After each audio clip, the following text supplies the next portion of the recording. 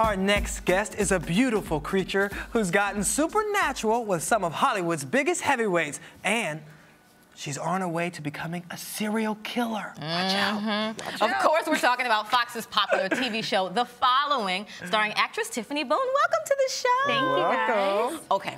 The show deals a lot with like psychos, murderers, and blood and guts. What exactly, for those that don't know, what is The Following?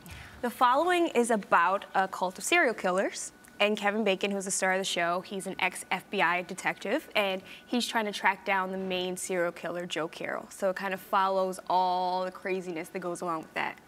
It's a really dark show, for sure. You don't say. Yeah. You don't say. It's a light little offering on a Monday night. Riveting. Right. Let's take a look at some of these light offerings, as you call them. Mandy, darling, the time for this is past. Be a love, put the knife down, huh? No, I don't want to die. Honey, stab him. Mandy, stab him! Stab him, honey! Stab him, honey! Do it! Do it! Do it! Oh, no!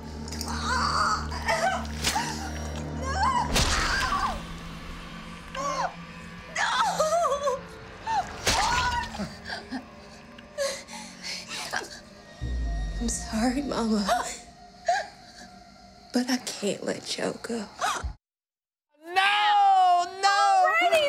I didn't see that coming. You killed your own mama? Okay. And that one, she was like, take that, take it. Okay. You know, I had to make sure she was gone. Listen, yeah, you did. Now, your character is new to the cult. Yes, So, she is. what did you think when you first read the script? And, like, what attracted you to the role? Well, they don't really give you much information when you're auditioning for The Following because everything is a big secret. We don't even know what's going to happen in the next episode till the day before we start shooting it. So all I knew that she was a young girl who had a really close relationship with Joe Carroll and that she would go to dark places, but she was an innocent person. So I thought that it was a young girl, but she was going to have a lot of layers to her. So I thought, you know, this is going to be a lot of fun to go wherever they're taking this character. I didn't know they were taking it there, but I'm glad they did. It was fun. And we start to see some of those layers unpeeled as we watch you go from and transition from a normal person to a pretty crazy serial killer. You know, I don't think she's crazy. She did what she had to do. She's just emotional. Maybe She's that's emotional. what it is. She did what she had to do for the serial killer. Exactly. Okay. So how do you prepare for a role like that with so many layers? Well, I think for me, it's all grounded in her relationship with Joe Carroll. She grew up without a father, and then this guy comes, and he's like a father to her. So every decision she makes is based around that.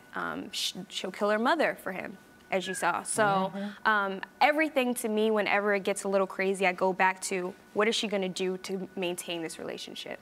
And that's it, because I understand wanting to have a father figure in your life. Well, when you're talking about the family, can I just say something? One thing that stuck out to me, okay, when I was watching, you know, when you're first introduced, you say, "Hi, Mom," to a white woman, and you're not white. And so the first thing I thought, you know, and he's kind of like your surrogate uncle. Right. So the first thing I thought was, was this role initially intended for a black character specifically, or is this an example of just cast the best person? It was an example of, I don't want to say the best person, but the person that they thought was best. Yeah, it was open to a lot of girls. I knew a lot of girls who auditioned, and all of us were different ethnicities. So it was just kind of, I loved that they did it that way. And then Carrie Preston came on afterwards, and they loved her. So they just said, look, we're not dealing with who the father is.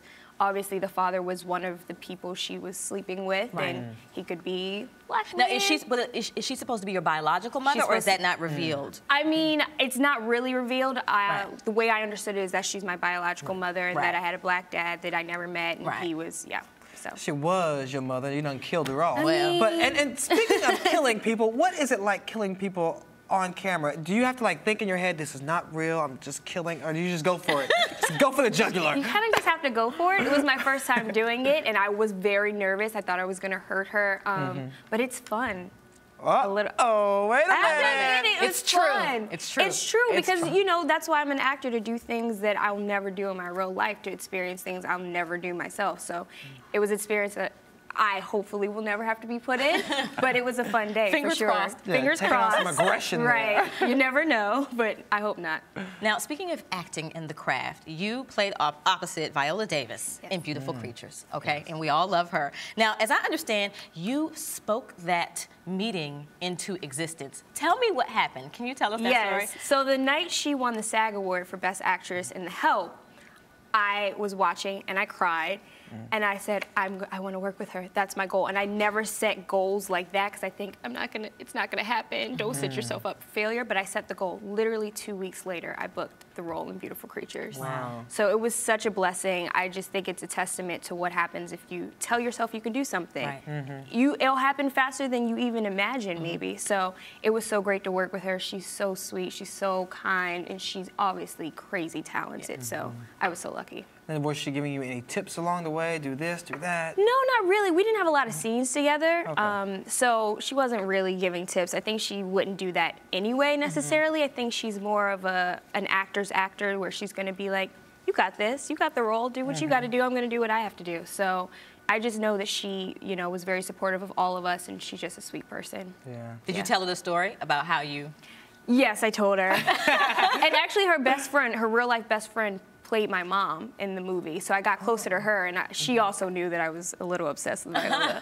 But she was so gracious when I told her the whole story. Oh, nice. All right, well, let's talk about Vanity Fair, because on the new Hollywood issue, on the cover, there are lots of black actors, 6 of them. Happy about that. Do you think that this is indicative to the experience that you've experienced in the business? I think the business is opening up, even with my experience with The Following, like you said, like it was blind casting. I think people's eyes are opening up. I think we had some really great movies that came out this year. 12 Years a Slave and Fruitvale Station, which I thought deserved a lot more awards, but whatever. Right. Yeah, I think people are realizing that there's some good actors out here, people of color, and I hope it keeps on. I'm so proud to see that cover, and I think all of them are crazy talented, insane, and good looking as heck. Like, Well, I think that's the best looking people. That's a requirement, I think, for the job. Well, do you have any advice for the people that want to be? You're from Maryland, right? I'm from Baltimore, yes. I'm from DC. Oh, yes. Not that that has anything to do with it. DMV. But,